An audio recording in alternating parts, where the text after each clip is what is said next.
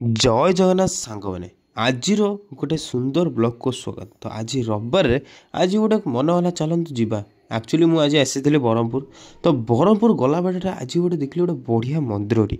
तो ये भाईना हूँ आप देखते ये हूँ गोटे बढ़िया दीपटी। तो आपको आगू कहि एक्चुअली यहाँ कौ जगह कौन। तो आप देखिए ये आमर आसी जाइए डंगा। तो ये आम डंगा पारि आम सेपट मंदिर को जीवु दर्शन करा।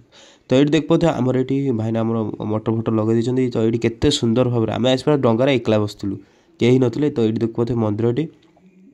तो आज आम आसी कांकण शिखरी। तो पूरी मैंने ये हूँ सुप्रसिद्ध जगन्नाथ मंदिर। तो आपण मैंने देखिपे ये केते सुंदर भाव में गोटे दीपटी होती। तो ये हूँ लीला क्षेत्र। तो आपण देखिपे ये आगे ये आमर महाप्रभुंर गोटे भल माने बनाई। तो देखिपे केते सुंदर। तो ये हूँ स्टोरी। तो आपण मैंने पज कर देखिपर किपरि 16 कलू ये गोटे कला रही। तो ये हूँ से ठाकुर मंदिर।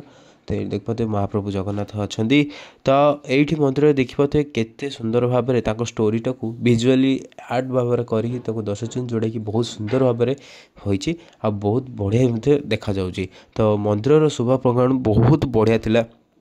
तापर मंदिर किसी पछपटे देखते ये बहुत बड़ा बड़ा फूल गछ सहित बहुत प्रकार गछ लगी। तो आपण मैंने देखिपे ये एत सुंदर मंदिर माने एत हिडन प्लेस अच्छी ब्रह्मपुर भितर भी आम जानूँ।